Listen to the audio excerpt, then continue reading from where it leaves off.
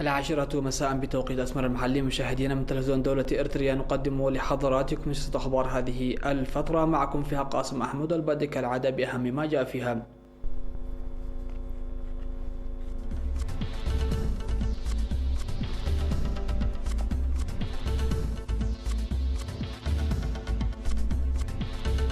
تطهير وتعقيم بيئي في العاصمة أسمر. تبرعات تصدي فيروس كورونا والوقاية منه. سكان مصوى يدعون للعمل منصة تأمينا لتطبيق التعليمات الصادرة. معطل 3 من جنود النيجر وعشرات المسلحين قرب مالي. السعودية توبخ روسيا بشدة بشأن انهيار أسعار النفط في الأسواق العالمية. ومعطل شخصين وجرح آخرين في اعتداء بالسكين في جنوب شرق البلاد.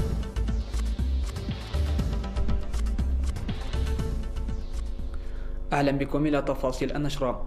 نظم فرع وزارة الصحة في الإقليم الأوسط بالتعاون مع إدارة الإقليم في 5 من أبريل حملة تطهير وتعقيم إصحاحا للبيئة في العاصمة أسمرة. وقد قام الشباب العمال الطوعيين بحملة الإصحاح البيئي في المناطق التي تشهد تحركات سكانية بكثافة كمنطقة ماركات سوق الخضر والفاكهة وكنيسة دبرزين القديسة مريم وميدان إرتريا.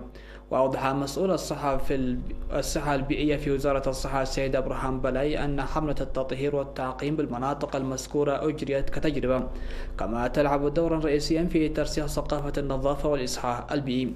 وناشد الشباب المشاركين في الحملة المواطنين لتطبيق التوجيهات الصادرة عن وزارة الصحة لحماية أنفسهم وأسرهم ومجتمعهم من فيروس كورونا الفتاك.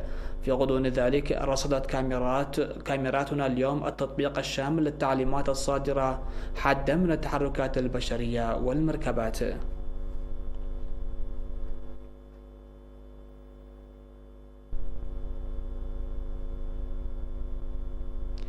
في الوقت الذي يعاني فيه العالم من كارثة وباء فيروس كورونا، يتخذ المواطنون الإرثريون في الداخل والخارج خطوات لإنجاح الجهود الحثيثة التي ظلت تقوم بها الحكومة الإرثرية لوقاية مواطنيها من هذا الوباء، رافعين شعار التحدي العام بالمساهمة الجماعية للتبرع المالي والعيني لصالح جهود تصدي انتشار فيروس كورونا المستجد. وبناء على ذلك جمع الإرثريون المقيمون في الولايات المتحدة الأمريكية خلال أسبوع واحد أكثر من 2.7 مليون دولار. وأشارت السفارة الإرثرية في أمريكا إلى أن 938,385 دولار دخل في خزانة صندوق التصدي ضد الوباء، فيما تجري عملية جمع التبرعات المتبقية عن طريق الوثائق البنكية المباشرة. وأفادت السفارة الإرثرية في الولايات المتحدة الأمريكية بأنه رغم صعوبة جمع التبرعات الطارئة وضعا في الاعتبار أوضاع الوباء المتفشي في أمريكا وقاعدة التباعد الاجتماعي، إلا أن المواطنين الإرثريين المقيمين في الولايات المتحدة الأمريكية يشاركون بكثافة في نقاشات تتم عبر الهاتف تناولت الواجب الوطني في التصدي للوباء العالمي ووقاية تفشيه وانتشاره في البلاد وجمع تبرعات مالية ناجحة. في غضون ذلك تبرع أعضاء المهمات الدبلوماسية في أمريكا وكندا وأوروبا براتبهم الشهري، وأعضاء السفارة الإرثرية في الرياض ب15,000 ريال سعودي. كما تبرع الإرثريون في الداخل كما تبرع الإرثريون في الدول الإسكندنافية بميلون كورونا سويديا والسيد كيدانا سفهاس كودوم ب10,000 نقفة، والسيد أرون جابريل كريستوس ب1000 نقفة، كلاهما من سكان أسمرة. وقد دخلت التبرعات في رقم حساب 120 و101 و0653 الذي فتح في البنك الوطني الإرثري لتصدي فيروس كورونا. كما تبرع المواطنون في قرى المملكة العربية السعودية خلال يومين بمبلغ 161,500 ريال سعودي على المستويين الفردي والجماعي. وأفادت المعلومات الواردة من قنصل الإرثريا العام في جدة بأن جمعية السيارات البيضاء تبرعت ب100,000 ريال سعودي، و74 شخصا تبرعوا ب31,500 ريال سعودي. فيما تبرع الاتحاد الوطني للمرأة الإرثرية فرع جدة ب10,000 ريال سعودي، والجالية الإرثرية بجدة ب20,000 ريال سعودي. وقام الإرثريون المقيمون في بريطانيا العظمى وشمال أيرلندا بخطوات طارئة لدعم الجهود التي تبذلها الحكومة والشعب الإرثري بتبرعات مالية بلغت أكثر من 55,000 جنيه استرليني. في غضون ذلك سلم المواطن الإرثري المقيم في أوكلاند بكاليفورنيا الأمريكية فندق مرحبا الخاص به والكائن في شارع عرارب لوزارة الصحة الإرثرية حتى تنتهي أزمة فيروس كورونا.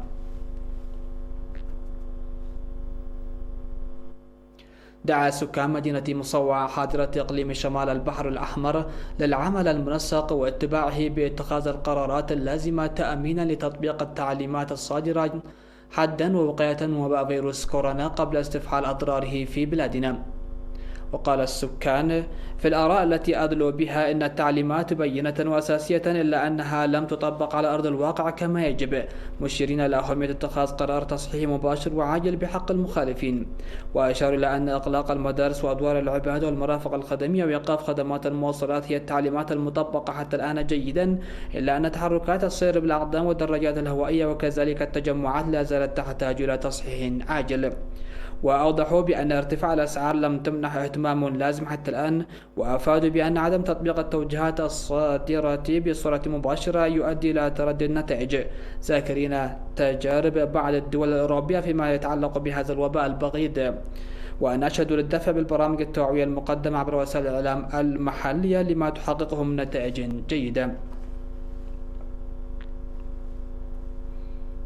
في إطار الجهود الجارية للوقاية من وباء فيروس كورونا الفتاك، أصدرت قوة المهام العليا تعليمات شاملة تمثلت في إيقاف التحركات البشرية والمركبات وإغلاق المرافق الخدمية والأسواق وإلزام المواطنين منازلهم، حيث ظلت تطبق كل هذه التعليمات بصورة واسعة، إلا أنه تظهر بعض المخالفات التي يجب تصحيحها بوتيرة متسارعة.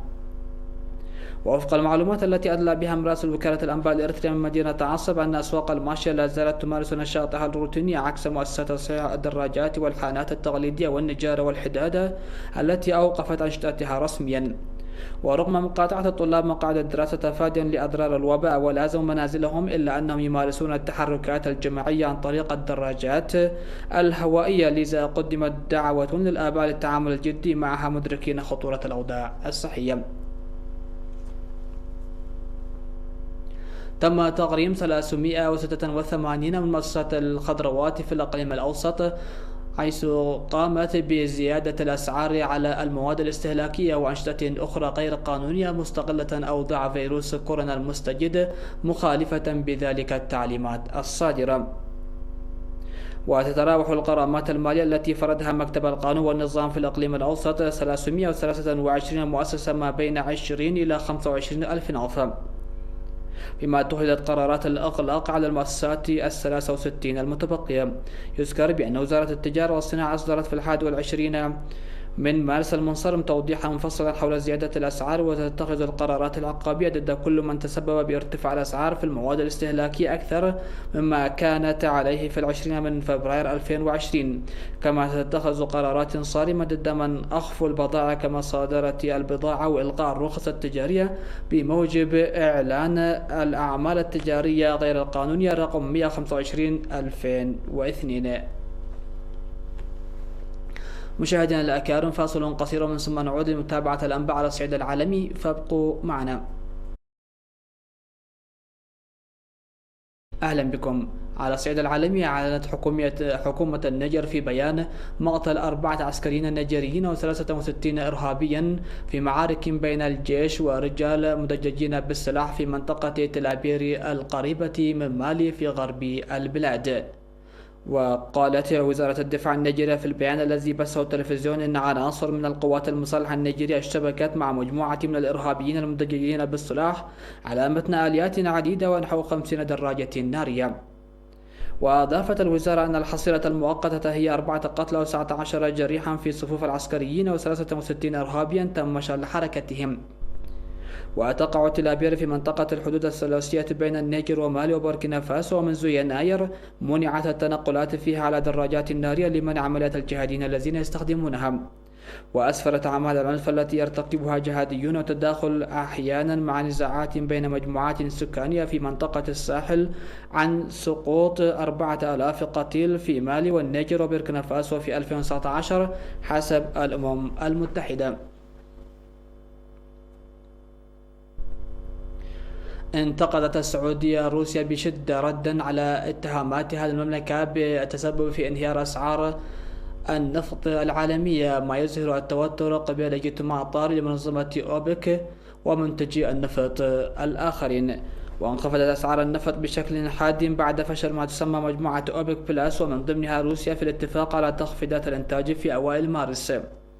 وبدأت حرب الأسعار على الفور في ظل تهديد السعودية بالضخ بوتيرة قياسية لاغتنام حصص السوق، على الرغم من أن وباء فيروس كورونا أدى إلى انخفاض الطلب بشكل حاد، إذ أوقفت شركات الطيران في جميع أنحاء العالم رحلاتها. وانخفض خام برنت القياسي العالمي إلى حوالي $24 للبرميل مقارنة بالأسعار التي تجاوزت $70 قبل عام.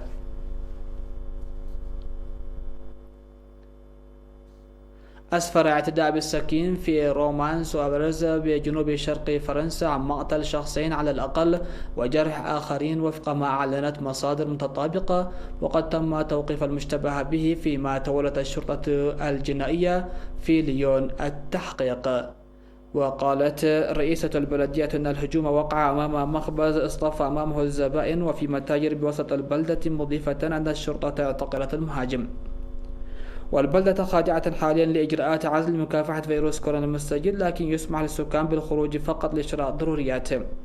وتولت الشرطة الجنائية في ليون التحقيق وتقيم النيابة العامة المتخصصة في مكافحة الإرهاب الوضع حاليا لمعرفة إذا ما كانت تتولى القضية. الخبر الأخير في هذه النشرة: قال رئيس البنك الدولي ديفيد مالوس إن من المتوقع أن تؤدي جائحة كورونا أو كوفيد-19 الأخيرة في الانتشار بشكل سريع إلى ركود عالمي ضخم، ومن المرجح أن يلحق أكبر ضرر بالدول الفقيرة والضعيفة. وأضاف المسؤول أنهم يعتزمون الرد بقوة وبشكل واسع ببرامج دعم ولا سيما للدول الفقيرة، مضيفا أنه سيقوم بالتحدث قريبا مع زعيمي إثيوبيا وكينيا ودول أخرى. كذلك حث صندوق النقد الدولي ومنظمة الصحة العالمية قادة الدول النامية على إعطاء الأولوية لأجور العاملين في القطاع الطبي وشراء معدات الوقاية والإنفاق في نواحي صحية أخرى لمواجهة جائحة كوفيد-19.